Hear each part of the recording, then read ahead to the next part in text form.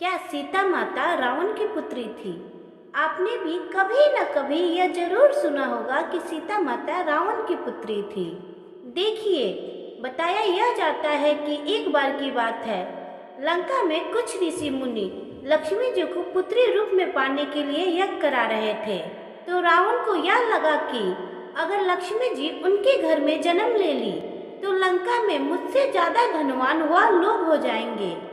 तो उसने क्या किया कि उन सारे ऋषियों मुनियों को मार के उनका जो रक्त था वह एक घड़े में भर लिया और वह घड़ा वह अपने साथ लंका लेकर आया और उस घड़ा को अपने सैन कक्ष में रख दिया। तो ऐसे ही अचानक से मंदोदरी जी को रात में प्यास लगी। अब मंदोदरी जी को लगा कि उस घड़े में पानी है और पानी समझ के मंदोदरी जी उस घड़े से पूरा रक्त पी गई और रक्त पीते ही मंदोदरी जी गर्भ से हो गई।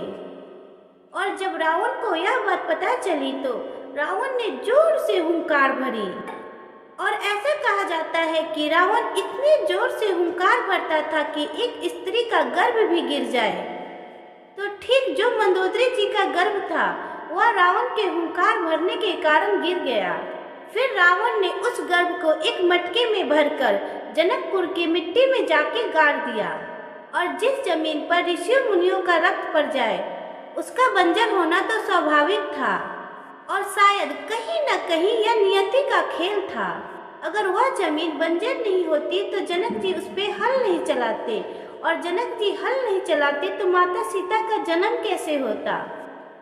इस कहानी के अनुसार वह जो घड़ा था जिसे जनक जी ने हल चला के निकाला था, जिसमें से सीता जी का जन्म हुआ था, उसमें जो गर्भ था वह मंदोदरी का था।